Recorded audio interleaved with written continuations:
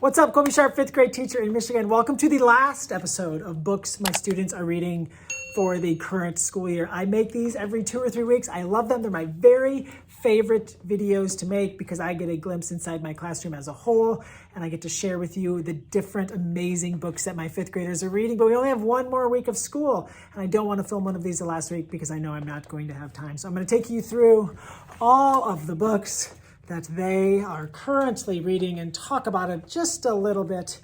And hopefully you can find some books to add to your to-read list or books that you might want to share with your readers. First up, Kate Messner's All the Answers. I think this is the perfect book that just kind of tells me about my class this year.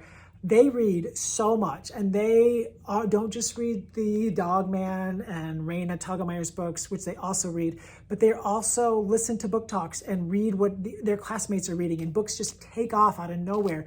I book talked this book shortly after winter break, and so many kids have read it. The last 2 years, they were pretty wild years in the classroom, but I'm not sure I had more than maybe 1 or 2 kids read it, but I probably had 7 or 8 kids read it this year, and that makes my heart so happy because it is such a beautiful book, and it's such a good reminder to me to continue to book talk titles that are new to this year's class. This book has been out for a long time, but it's new to them. So All the Answers, it's so good. I'm so thankful so many have read it. This has been the hottest graphic novel in my classroom lately, Stepping Stones. Apple Crush just came out, which I believe someone is reading in here. So all of the kids who hadn't read Stepping Stones are now reading Stepping Stones, and all of the kids who had read Stepping Stones are so excited to get a chance to dive into Apple Crush. Such a fun graphic novel series. Next up, a little nonfiction, The Cursed Castle, an escape room in a book. How fun is that?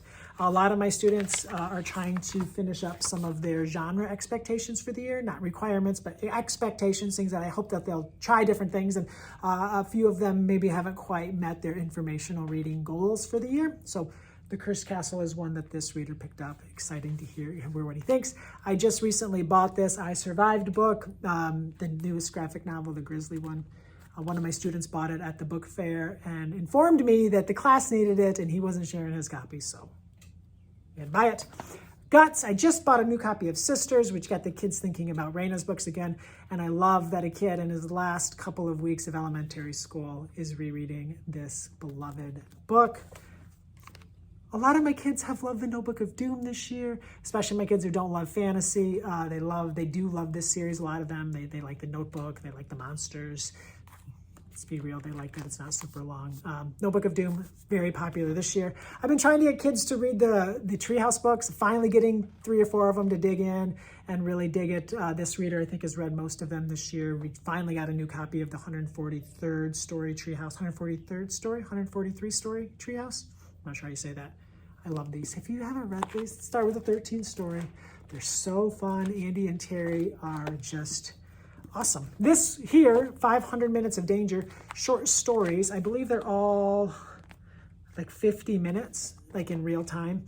And someone's trying to solve different things like swallowed by a crocodile or trapped in quicksand, different things. We read a handful of these. There's 10 of them. We read a handful of them before winter break when we didn't have time to start a new read aloud. And one of my readers is going through now and reading the ones we didn't get a chance to read. And she keeps telling me ones that I need to read aloud to my students. And if we finish our read aloud early before the end of the year, then we'll probably maybe read a couple more of these when we have time. Children in Paradise, one of my favorite authors, Jennifer L. Holm. This graphic novel adaptation of her Newbery Honor-winning book is phenomenal. I wonder if they're going to do a graphic novel adaptation of the prequel to this, Full of Beans, the companion book. I hope they do. I don't know. Holes, personally, I think it's the best book ever written for anyone, any age. It's just so good. And the kid that's reading it gets it. Like, he understands how he just can't, he's at the point where the authorities and Stanley's lawyer get to Camp Green, like, sorry if I'm spoiling. It's 20-some years old, so come on. No spoilers when it's over a decade old. And he's just like, Mr. Sharp, he just like can't even like believe all of the connections and the way that the stories came together, and it just makes my reader teacher heart so happy. I think the best book ever written.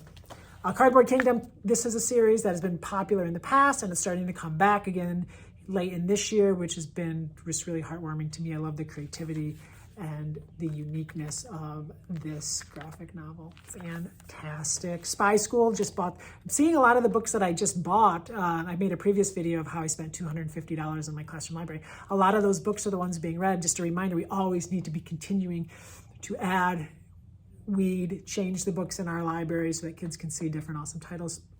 They made Stewart's. Just a second. Would hate to lose that kid's bookmark.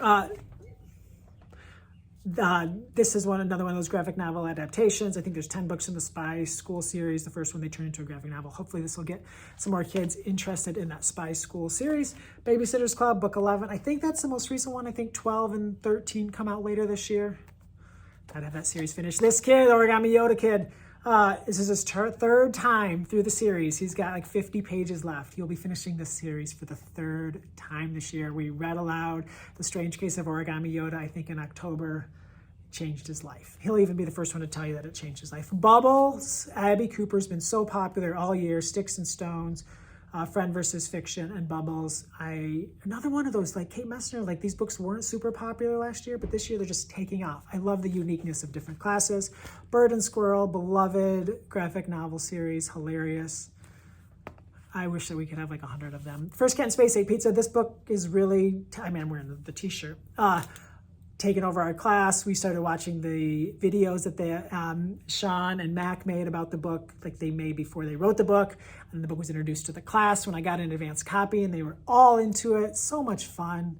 If you don't know this book, just go to thefirstcatinspace.com, check out all the stuff, check out the merch, read the book, watch the videos. It's just bliss. It's just blissful. So happy. The Road After, such a moving novel in verse. Much like Megan Freeman's Alone kind of took over the class at the beginning of the year, this novel in verse has taken over the class the second half of the year. The story of a family escaping domestic abuse. And it's beautiful and heartbreaking and heartwarming at the same time. One of my favorite books of 2022. Shannon Draper's Blended. Such a powerful, beautiful story about a girl who is kind of trapped between two families. Her parents are divorced. Her dad is black, her mom is white. And when she's in the different homes, her life is very different. A fascinating book. And one of the most surprising things, I did not see it coming in that book. It just rocked my world. Apple Crush, we talked about the first one in the series earlier, and which was Stepping Stones, and now Apple Crush. These are so much fun. And then finally, When Stars Are Scattered, Victoria Jameson, Omar Mohammed just got this new copy with that book order.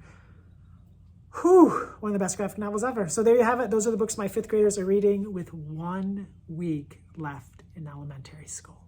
They grow up so fast. My name is Colby Sharp. Thanks for tuning in. I hope you have an awesome, fantastic day.